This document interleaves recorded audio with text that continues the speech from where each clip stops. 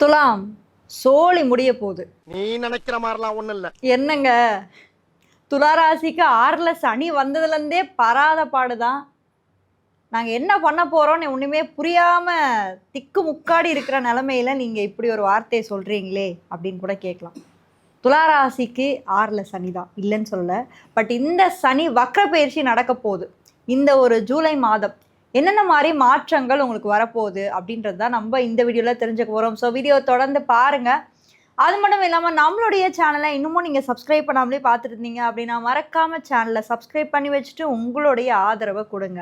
நீங்கள் என்ன ராசியில் பிறந்தீங்க, என்ன நட்சத்திரத்தில் பிறந்தீங்க அப்படின்றத கீழே கமெண்ட் பண்ணுங்கள். இந்த சனி வக்ர பயிற்சியில் என்னென்ன மாதிரி பரிகாரங்கள் பண்ணால் நமக்கு இதுலேருந்து தப்பிக்க முடியும் அப்படின்னு உங்களுக்கு தெரிஞ்சுக்கணுன்னா என்னோட கன்சல்டேஷன் மூலிமா நீங்கள் அதை தெரிஞ்சுக்கலாம்.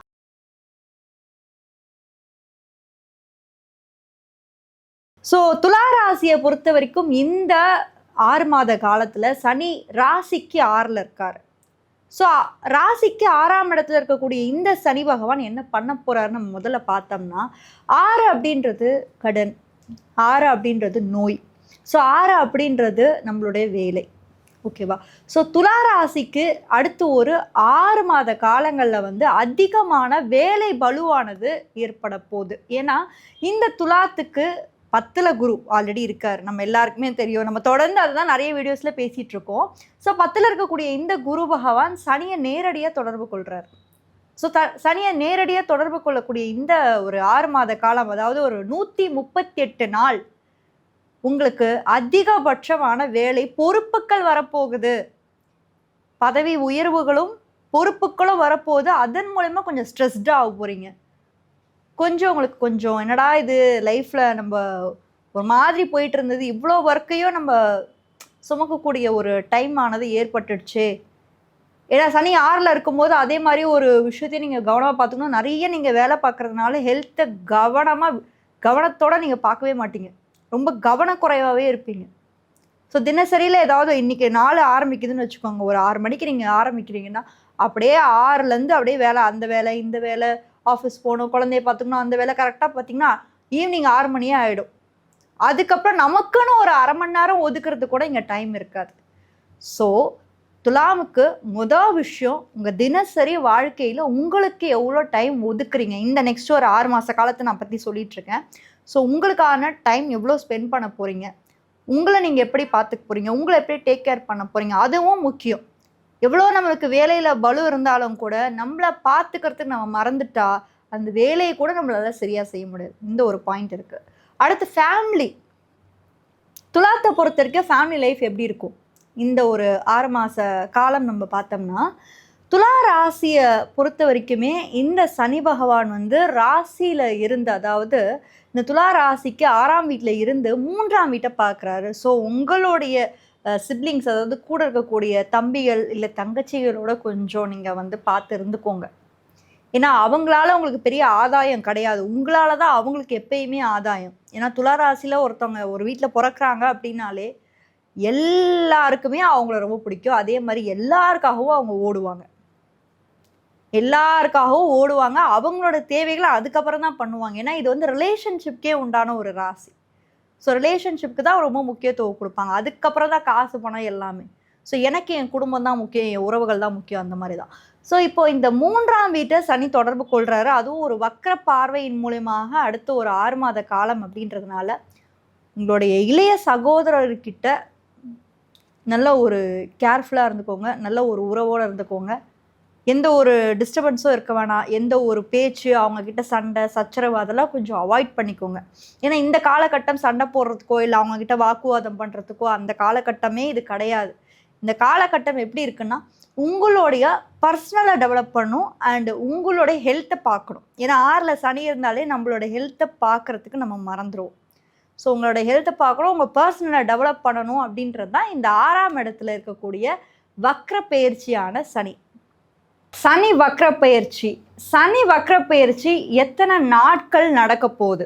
ஏன்னா நம்ம எல்லாருக்குமே சனி பயிற்சினா என்னன்னு தெரியும். ஆனால் சனி வக்ர பயிற்சி அப்படின்றது பார்த்தீங்கன்னா 138 நாட்கள் சனி வக்ர பயிற்சி நடத்த போகிறாரு. அதாவது ஜூலை 27 டிசம்பர் 11, அதாவது கிட்டத்தட்ட பார்த்தீங்கன்னா 6 மாத காலமானது சனி வக்ர பயிற்சி நடக்க இருக்கு. நிறைய மக்களுக்கு இங்க என்ன தெரியும்னா, சனி பெயர்ச்சியை பத்தி கேள்விப்படுவீங்க. பட் சனி வக்ர பெயர்ச்சினா உண்மையிலே என்ன? இது வருடத்துக்கு 6 மாதங்கள் மட்டுமே நடக்கும். இந்த 6 மாதங்கள் அறிவியல் பூர்வமா சனி எந்த மாதிரி மாற்றங்களை இந்த பூமிக்கு கொடுக்குறாரு அப்படின்னு நீங்க பாத்தீங்கன்னா, ரெட்ரோகிரேஷன் அப்படின்னு சொல்லுவாங்க. அதாவது ரெட்ரோகிரேஷன் அப்படின்னா ஒரு கிரகம் வந்து பின்னோக்கி நகர்றது. அது நம்மளுடைய அறிவியல் பூர்வம் பார்த்தா பின்னோக்கி நகராது. பட் பூமியின் நிலையிலிருந்து அந்த கிரகமானது தன்னுடைய சுற்றுவட்ட பாதையிலிருந்து தன்னுடைய வேகத்திலிருந்து குறைச்சு பின்னோக்கி நகரக்கூடிய ஒரு மாற்றமானது, ஒரு நிகழ்வானது ஏற்படுது. இந்த 138 நாட்களும் சனி பகவான் என்ன பண்ண போறாரு? எல்லாருக்குமே, அதாவது நான் சொல்ல போறது வந்து இது வந்து மேஷம் தொட்டு மீனம் வரைக்கும் இந்த 12 ராசிகளுக்குமே சனி என்ன பண்ண போறாருன்னா, அவருடைய கர்ம வினைக்கு ஏத்த மாதிரி அதாவது அவருடைய பலன்களை கொடுப்பாரு.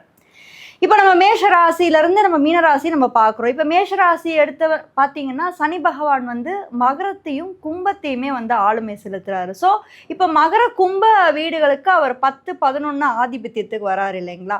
ஸோ அப்போ 10, 11 ஆதிபத்தியத்துக்கு வரும்போது சனி பகவான் அந்த 10, 11ஆம் வீடுகளில் நம்ம முடிக்கப்படாத கர்மாக்கள்லாம் என்ன இருக்கு, பெண்டிங் கர்மா. ஸோ ஒரு கிரகம் வந்து ரெட்ரோகிரேட் ஆகி பின்னாடி போகிறதுக்கான காரணம் என்னென்னா, அது முடிக்கப்படாத பெண்டிங் கர்மா என்னவோ அதை திருப்பி எடுத்துகிட்டு வந்து கொடுப்பார். ஸோ இந்த மாதிரி மேஷம் தொட்டு மீனம் வரைக்கும் 12 ராசிகளுக்கு இந்த மாதிரி ஒரு விஷயம் வந்து வருடம் வந்து நடக்குது.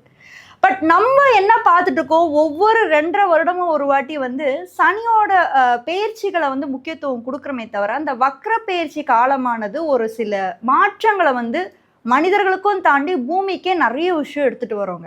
நீங்க வந்து இந்த வக்ர பயிற்சி காலத்தை உன்னிப்பா கவனிச்சு பார்த்தீங்கன்னாலே தெரியும், நிறைய எக்கனாமிக்ல ஒரு பொருளாதாரத்தில் நிறைய சேஞ்சஸ் வந்து கவர்மெண்ட்ஸ் வந்து கொண்டு வருவாங்க.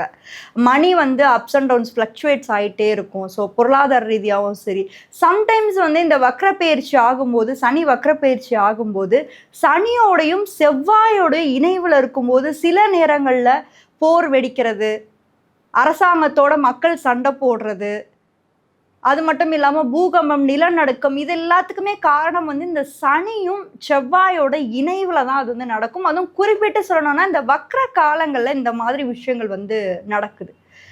ஸோ இந்த வக்ர பயிற்சி ஒவ்வொரு ஆண்டும் வரும்போது நான் மேஷம் தொட்டு மீனம் வரைக்கும் இருக்கவங்களுக்கு நான் என்ன ஒரே ஒரு விஷயம் நான் சொல்லுவேன்னா, கவனமாக அந்த 6 மாத காலங்களில் நம்ம வந்து கடக்கணும். ஏன்னா இந்த 6 மாத காலங்களில் நம்மளுடைய சுய ஜாதகத்தில் சனி பகவானோட நிலையை பொறுத்து நம்மளுக்கு பலன்கள் வந்து மாறுபடும்.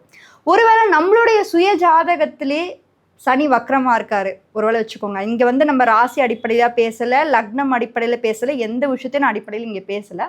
ஒருவேளை உங்களுடைய சுய ஜாதகத்திலே சனி வக்ர நிலை அடையும் போது அப்போ நீங்கள் அது எந்த பாவத்தில் இருக்காரு, அதை நீங்கள் வந்து லக்ன பாவத்தில் இருந்து எந்த பாவத்திலேருந்து அவர் வக்ர நிலை அடைகிறாரு அப்படின்றத நீங்கள் வந்து உன்னிப்பாக கவனிக்கணும். ஸோ அந்த 6 மாத காலமானது சனி என்ன பண்ணுறாரு, உங்களை எந்தெந்த விஷயங்களை நோக்கி பின்னோக்கி நகர்த்துறாரு அதை பாருங்கள்.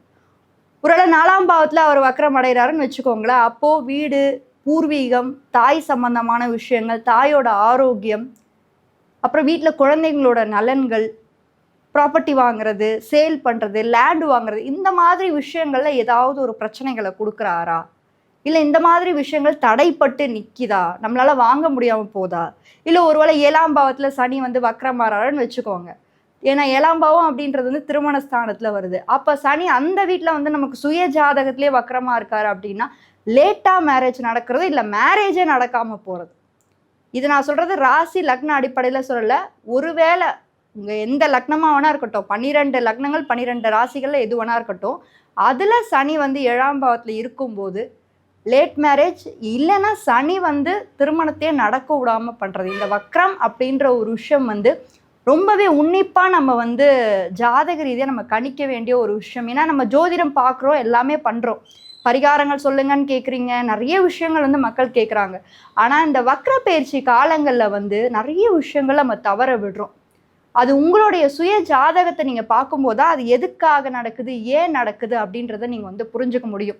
ஸோ இதுதாங்க வக்ர பயிற்சி அப்படின்றது உங்களோட சுய ஜாதகத்தை பார்த்து நீங்கள் வந்து தெரிஞ்சுக்கோங்க.